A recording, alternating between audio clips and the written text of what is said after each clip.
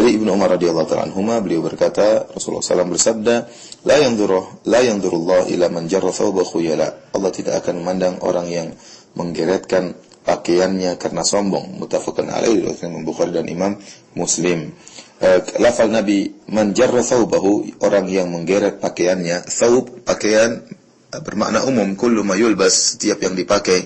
Oleh karenanya mencakup sarung, ataukah celana, ataukah jubah, ataukah pakaian apa saja yang dipakai, dilarang untuk dipakai sehingga panjang dan tergeret di atas tanah, dilakukan karena sombong. Orang yang melakukan demikian, la yanzurullah, Allah tidak akan melihat dia.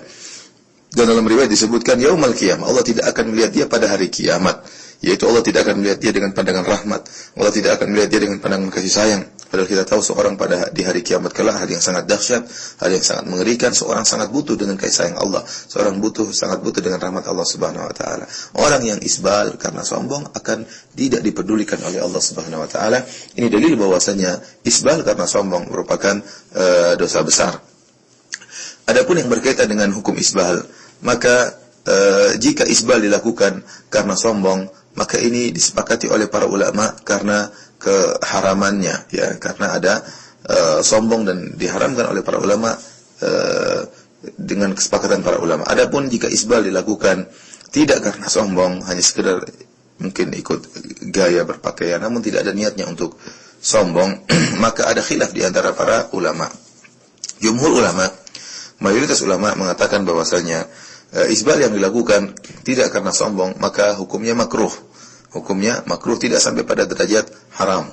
Karena sebab diharamkan oleh Allah Subhanahu wa taala isbal karena ada illah, yaitu illahnya, sebabnya adalah kesombongan. Jika ternyata kesombongan tersebut tidak menyertai hati orang yang melakukan isbal, maka hukumnya cuma sampai pada derajat makruh, tidak sampai pada derajat haram. Dan ini kebanyakan pendapat ulama Syafi'iyah seperti Imam Syafi'i, Nawawi dan yang lainnya.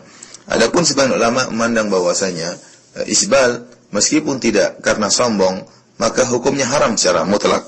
Dan ini merupakan riwayat dari mazhab Hambali dan juga dipilih oleh Al-Qadhi Iyad dan Ibnu Al-Arabi dari mazhab Malikiyah, dan juga pendapat yang condong kepadanya Al-Hafidz Ibnu Hajar rahimahullah dari mazhab Syafi'iyah.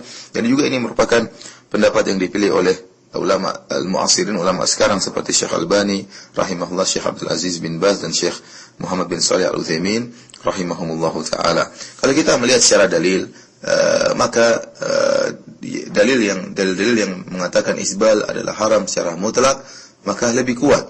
Di antaranya dalam lafal Rasulullah SAW, dalam hadis Rasulullah SAW mengatakan fa inna isbal al-izar minal makhilah.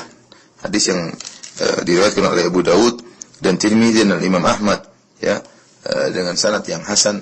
Atau Rasulullah sallallahu alaihi wasallam mengatakan bahwasanya sungguhnya isbal adalah termasuk dari kesombongan. Jadi isbal itu sendiri sudah merupakan kesombongan berdasarkan perkataan Nabi sallallahu alaihi wasallam. Kemudian yang kedua, Rasulullah sallallahu alaihi wasallam tatkala menegur sebagian sahabat untuk tidak isbal, untuk mengangkat sarung mereka di atas mata kaki, Rasulullah SAW tidak pernah bertanya kepada mereka terlebih dahulu, apa kau melakukannya sombong atau tidak? Kalau kau melakukannya karena sombong, maka angkat. Kalau tidak karena sombong, maka tidak usah angkat. Padahal isbal, masalah sombong, masalah hati. Masalah sombong adalah masalah hati. Dan Rasulullah SAW tatkala menegur para sahabat yang isbal untuk diangkat sarung mereka di atas mata kaki, Rasulullah SAW tidak pernah bertanya-tanya. Siapa saja ditegur oleh Nabi Shallallahu Alaihi Wasallam.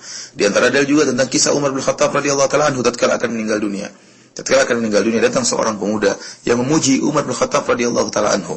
Setelah lelaki tersebut memuji Umar, kemudian pergi, dipanggil lagi oleh Umar.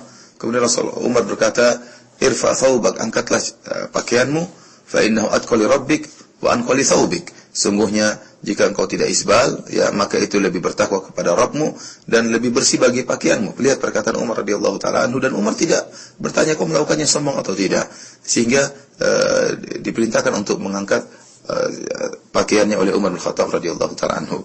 Kemudian di antara dalil bahwasanya isbal haram secara mutlak, yaitu lihatlah tatkala Rasulullah SAW mengatakan ma asfala minal ka'bain fa finnar, dalam hadis Bukhari yang lainnya, seluruh pakaian yang berada di bawah mata kaki maka di neraka jahanam. Hadis ini dipandang keumumannya oleh bahkan oleh Ummu Salamah radhiyallahu taala anha, seorang wanita istri Nabi sallallahu alaihi wasallam.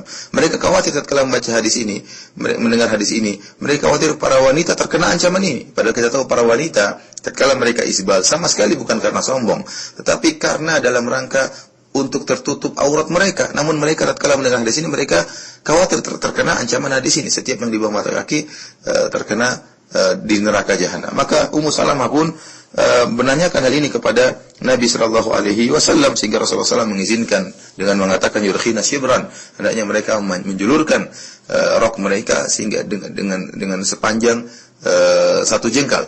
Maka Ummu Salamah masih berkata lagi, idzan tankashifu aqdamuhunna. Rasulullah, kalau begitu nanti kaki mereka akan tersingkap. Maka Rasulullah SAW mengizinkan itu ditambah. Fayurkhinahu dhira'an wa la yazidna alaihi. Kata Rasulullah SAW, tambah lagi, panjangkanlah, julurkanlah sehingga dengan jarak sehasta. Ini bagaimana semangat para wanita agar kaki mereka tidak tersingkap, sehingga rok mereka dipanjangkan, tergeret di tanah dengan panjang sehasta. Ya, wala yazidna alaihi, dan tidak boleh lebih lagi daripada ini. Dalil bahwasanya Ummu Salamah memandang isbal haram secara mutlak, bahkan mencakup para wanita untuk isbal. Namun datang dalil dari Nabi sallallahu alaihi wasallam yang mengecualikan para wanita.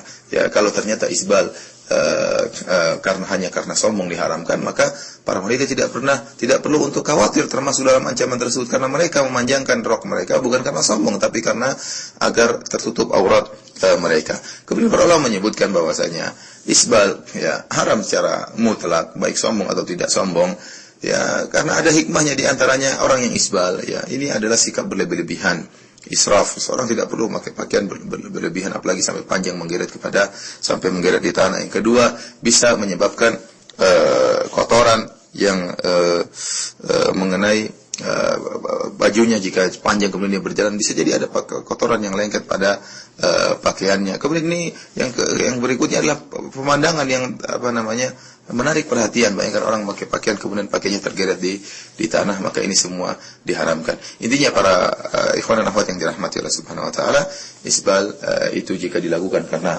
sombong merupakan dosa besar, ya, dan ancamannya berat, ya. Namun jika dilakukan tidak karena sombong, maka dia lebih ringan dosanya dan ancamannya pun lebih ringan. Tetapi isbal haram secara mutlak. Dan para ulama tentunya sepakat bahwasanya di antara sunnah Nabi sallallahu alaihi wasallam adalah memakai pakaian baik sarung maupun celana ataupun jubah di atas mata kaki bagi kaum lelaki. Allah taala alam bisawab. Assalamualaikum warahmatullahi wabarakatuh.